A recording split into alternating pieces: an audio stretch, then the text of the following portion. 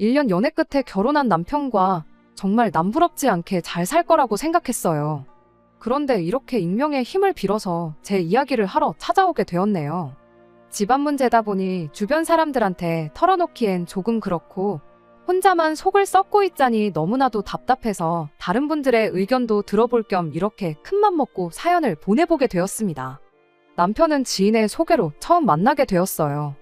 대화도 잘 통했고 성격도 빼다 박은 듯 비슷했다 보니 연애하면서는 만나는 내내 즐거웠던 기억밖에 없었습니다. 당연지사 결혼하게 돼도 이 행복함이 똑같을 것이라 믿었고 그렇게 결혼까지 결심을 하게 되었죠. 하지만 결혼 시작부터 남편과 사소한 것들부터 의견 차이가 생기기 시작했고 조금의 양보도 하기 싫어하던 남편과 연애할 때는 생각도 못한 다툼까지 하게 되었어요. 연애할 적에는 이런 일이 없었는데 왜 그런가 생각해봤더니 하루가 멀다 하고 하게 된 다툼의 원인이 우리 둘에게 있는 게 아니었고 늘 시댁이 연관되어 있다는 사실을 깨닫게 되었습니다. 시댁에 섭섭한 마음이 있기는 했어요. 결혼 전과 결혼 후 하는 말이 달랐거든요. 결혼 준비할 당시에 사소한 조건 하나하나 따져가며 결혼하는 건 옛날 방식이라 생각했고 부모님 도움 없이 저희들 힘으로만 결혼하기로 했었습니다. 당연히 저희들 힘만으로 결혼했으니 저희들 할 도리만 하면서 둘이서 행복하게 잘 살면 된다고 믿었고요. 그런데 결혼하고 나니 그제서야 시댁에서 결혼 전에 시부모님이 노후 준비가 다 되어 있다는 사실이 말장난이었다는 걸 알게 되었습니다. 당신들 노후 준비가 되어 있다는 게 효자 아들을 두고 말한 거였거든요. 즉 남편한테 노후 자금을 어느 정도 지원받겠다는 거였어요. 저는 두 분이 노후 준비가 다 되어 있으니 걱정 말라는 뜻으로 받아들였던 건데 너무나도 의도가 뻔히 보이는 말장난이었던 거죠.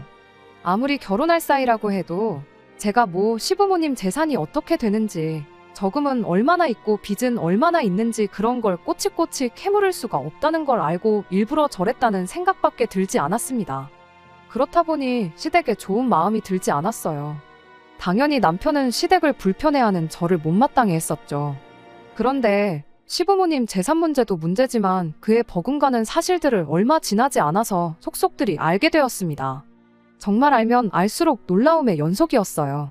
남편 위로 신우가 2명이 있습니다. 결혼하기 전에는 큰 신우는 결혼해서 잘 살고 있고 둘째 신우는 남편보다 연상이긴 하지만 아직 결혼을 안 해서 시부모님과 한 집에 같이 살고 있는 줄로만 알았거든요. 그런데 사실은 그게 아니었습니다. 저희 결혼하고 나서 2달이 채 되지 않아서 큰 신우의 이혼 소식을 듣게 되었습니다.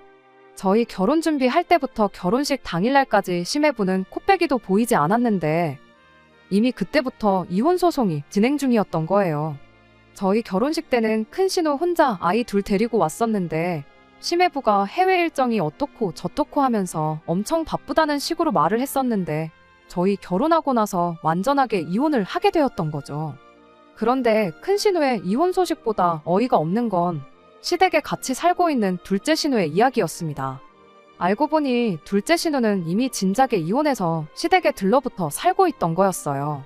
대체 어떤 결혼 생활을 했길래 온 가족이 이혼을 하게 된 건가 싶었지만 신우의 삶은 신우의 삶이고 저희들 삶은 저희들 삶이니 그게 우리의 결혼 생활에 문제가 되거나 그 어떤 영향을 줄 거라고는 생각조차 하지 않았습니다. 저희 부모님이 노후 대책으로 계속 전세를 놓던 집이 있었는데 거기다가 신혼살림을 차리게 되었어요. 남편이 모아놓은 돈으로 리모델링을 하고 혼수를 채웠고요. 이걸 가지고 시댁에서는 제가 결혼할 때 몸만 왔다는 식으로 표현을 했습니다. 제가 모아놓은 돈은 전세금 명목으로 저희 부모님이 가지고 계시고요. 집을 저에게 완전히 증여해준 게 아니긴 하지만 나중에 저희가 저희 집을 구해서 나간다면 돌려받을 돈이나 마찬가지인데 제 돈이 타인이 아니라 가족의 손으로 들어갔으니 엄밀히 따지면 저는 땡전 한 푼 안 들이고 결혼한 거라는 말도 안 되는 논리를 펼쳤죠. 어떻게 생각하든 그거야 시댁 자유였지만 저런 이야기를 꺼내오는 데는 다 이유가 있었습니다. 신혼생활 시작하고 3달이 채 안 돼서 시댁 식구들이 저희 신혼집으로 날이면 날마다 놀러오기 시작했거든요. 말인즉슨 친정 부모님 명의로 되어 있는 집이긴 하지만 제 돈 한 푼 들어간 거 없고 남편이 리모델링에 혼수까지 싹 다 채워놓았으니 자기들이 자유롭게 왔다 갔다 해도 된다는 명분을 만들려고 그랬던 거예요. 신혼집에서 시댁이 그렇게 가까운 거리는 아니거든요. 지하철 환승 없이 바로 갈 수는 있지만 역에서 역까지만 해도 20분 정도 거리가 걸려요. 그런데도 한번 저희 집에 놀러 오면 막차 시간이 다가오는데도 뭐 집에 갈 생각을 안 할 정도입니다. 일부러 저희 퇴근 시간 맞춰서 찾아와서는 저녁 식사 같이 하고 거실에 TV부터 점령을 해요. 저는 잘 보지도 않는 TV였는데 혼수할 당시에 남편이 TV만큼은 최고 좋은 걸로 맞춰야 한다고 우겨댔던 게 괜히 그런 게 아니란 생각까지 들 정도였습니다. 아무튼 밤 12시가 다 돼가는데도 저희 집에서 나갈 생각이 없는 시댁 식구들한테 제가 딱히 할 수 있는 게 없었습니다. 그저 내일 출근도 해야 하지 않냐, 막차 시간이 몇 시길래 아직도 계시냐 하는 식으로 티도 안 나는 눈치를 주는 방법밖에 없었죠. 신경 끄고 혼자 방에 들어가서 잠이라도 잘라고 치면 뭐 얼마나 재밌는 걸 보시는지 큰 소리로 깔깔대며 웃는 소리에 신경 쓰여서 잠도 잘 수 없었어요. 그렇게 시댁 식구들이 돌아가고 나면 남편은 저한테 서운한 표정으로 어떻게 자고 가란 말 한마디를 안 할 수가 있느냐며 한마디를 하고는 했죠. 처음에는 크게 대꾸하지 않고 그냥 쓴웃음만 지으며 넘겼었는데 이런 일이 자주 반복되다 보니 너무나도 스트레스였어요. 아무리 시댁 식구들이 TV 앞에 죽치고 앉아서 저랑 말 한마디 섞지 않는다고 해도 집에 손님이 와 있는데 힘들게 일하고 와서 쉬고 싶은데 쉬는 느낌도 들지 않고 한 달에 한두 번 오는 거면 말을 않겠는데 지들 내킬 때마다 평일이고 주말이고 가리지 않고 쳐들어오는 게 이 집이 내 집인가? 시부모님 집인가 싶은 기분만 들었어요. 남편은 제가 힘들어하는 건 안중에도 없는지 주무시고 가라는 말 한마디 안 했다고 계속 불평을 해댔고 결국엔 그게 시작이 돼서 다툼을 하게 되었습니다. 남편은 이제 한 가족인데 가족을 불편해하는 사람이 어딨냐며 어이없어 했어요. 오히려 자기 가족들이 제 눈치를 얼마나 보는지나 알고 있느냐며 시아버지가 큰 시눈에 애들 둘 봐주면서 집에 혼자 계시고 시누들이랑 시어머니만 오고 있는 거 모르냐며 엄청 큰 배려라도 해주고 있는 것 마냥 말을 하더라고요. 제가 막말로 친정부모님이 그렇게 매일같이 찾아오셔도 당신 똑같이 그렇게 말할 수 있겠냐 했더니 당당하게 자기는 저처럼 절대 불편해하지 않을 것이며 주무시고 가신다고 하면 안방까지 내어드릴 용의가 있다고 말을 하더라고요. 안방 이야기도 어이가 없었어요. 말인즉슨 시어머니한테 주무시고 가시라 한마디 하면 당연히 안방도 내어드려야 한다는 소리로밖에 해석할 수 없었으니까요. 마음 같아서는 진짜 친정부모님한테 매일같이 저희 집에 좀 와주시라 부탁하고 싶었어요. 하지만 부부 사이의 문제를 저희 부모님을 개입시키면서까지 크게 만들고 싶지 않았기에 그렇게까진 하지 않았습니다. 대신에 저도 이왕 말 나온 김에 제가 그동안 하고 싶었던 말을 전부 다 꺼냈습니다. 시댁 식구들이 찾아오는 게 문제라고 하는 말은 아니라고요. 다만 제가 허용할 수 있는 범위는 한 달에 한두 번 정도, 그것도 그냥 같이 저녁 식사하는 정도까지만 이라고 했어요. 힘들게 일하고 와서 집에서 쉬는 기분도 안 들고 당신한테야 한 식구지 나한테는 시댁 식구라고. 우리 결혼한 지 이제 반년도 안 지났다. 반년 전까지만 해도 평생 남으로 살던 사람들인데 그런 내 상황도 이해해주면 좋겠다고 말했습니다. 하지만 남편은 그럼 언제까지 기다려야 한 가족이 되는 거냐? 너무 정없는 소리만 하고 있다며 불편한 기색을 숨기지 않았습니다. 그래도 시댁에 이러한 상황을 전하기는 했는지 그날로부터 일주일 내내 시댁 식구들이 찾아오는 일은 없었어요. 하지만 서로 냉전 상태인 건 여전했죠. 서로 아무 일도 없는 척 대화도 나누고 평소처럼 생활하기는 했지만 저는 저대로, 남편은 남편대로 서로가 서로에게 불만이 가득한 상황이었어요. 하지만 시댁 식구들 찾아오는 거 하나 없어졌을 뿐인데 제 컨디션은 더할 나위 없이 좋았습니다. 남편과의 악감정도 언젠간 풀리겠거니 하고 그날만 기다리고 있었어요.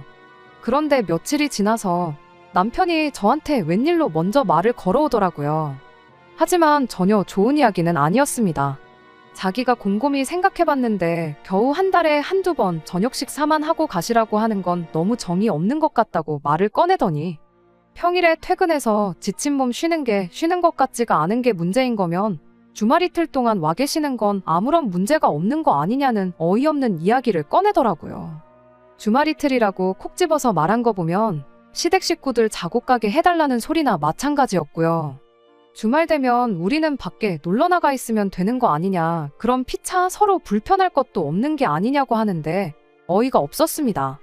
하도 어이없는 소리를 하길래 빈집에 남이 와 있는 건 더 싫다고 대놓고 거절했어요.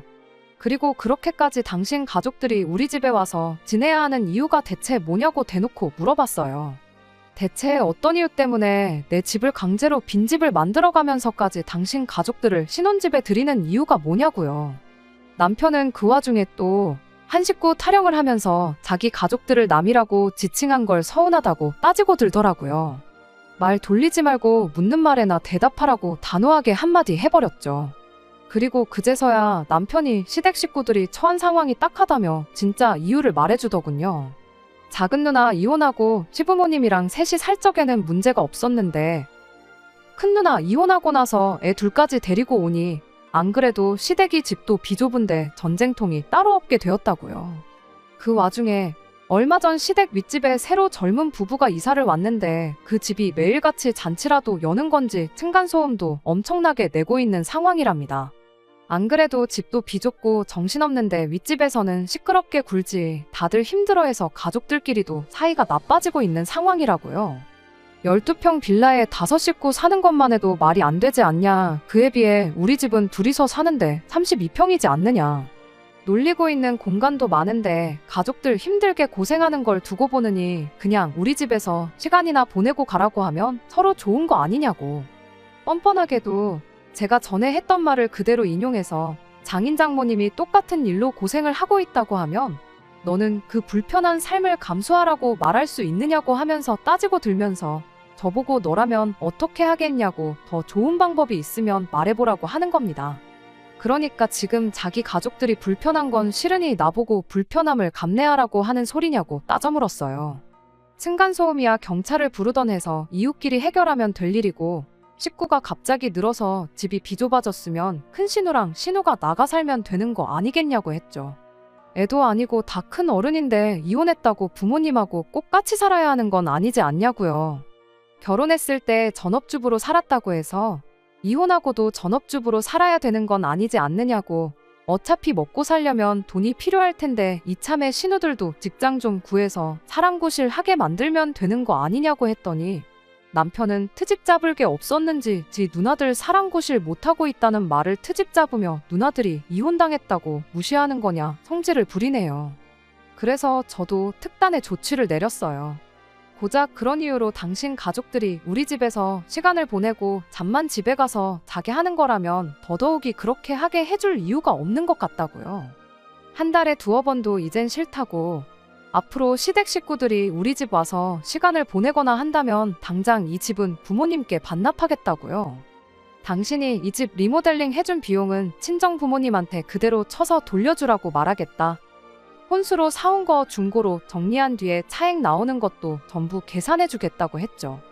그리고 그 돈하고 우리 부모님이 가지고 계신 내 돈 받아다가 12평짜리 빌라 전세든 뭐든 적당한 집 구해서 신혼집 새로 차리자고 했죠. 넓은 집에서 좁은 집으로 가기는 싫었는지 열변을 토하던 남편이 그 말에는 대답도 못하고 꼼짝 않고 가만히 있더라고요. 그렇게 상황은 일단락되었고요.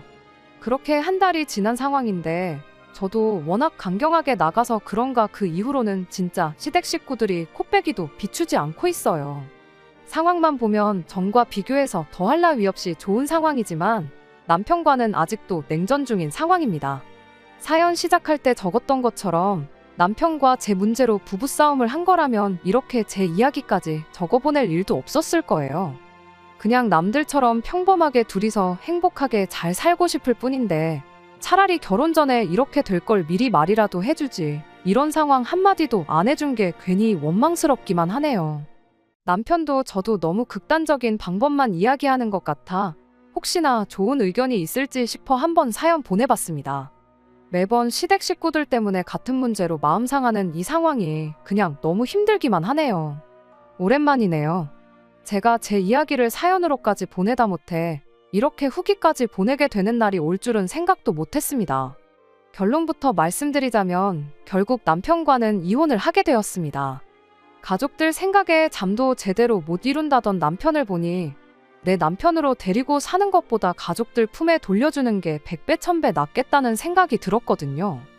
막상 이혼하자고 하니 가족들하고 연까지 끊겠다고 나오는데 그럴 거면 애초에 처음부터 그 고생을 시켰는지 싶어요. 제 사연에서 말했듯이 남편한테 제가 시댁 식구들이 한 번만 더 찾아오면 집 부모님께 돌려드리겠다고 선언한 뒤로는 시댁 식구들이 찾아오는 일은 없었어요. 다만 남편과 감정의 고른 날이 갈수록 깊어져만 갔지요. 그래도 한 집에서 한 이불 덮고 같이 사는 사이인데 언제까지 이렇게 지내야 하나 싶어서 제가 먼저 마음의 문을 열고 남편과 대화를 시도해봤습니다. 다만 시댁 식구들 관련해서는 한치도 양보할 생각은 없었어요. 신우들한테까지야 제가 잘할 필요는 없지만 시부모님한테까지 모질게 굴 필요는 없겠다고 생각했죠.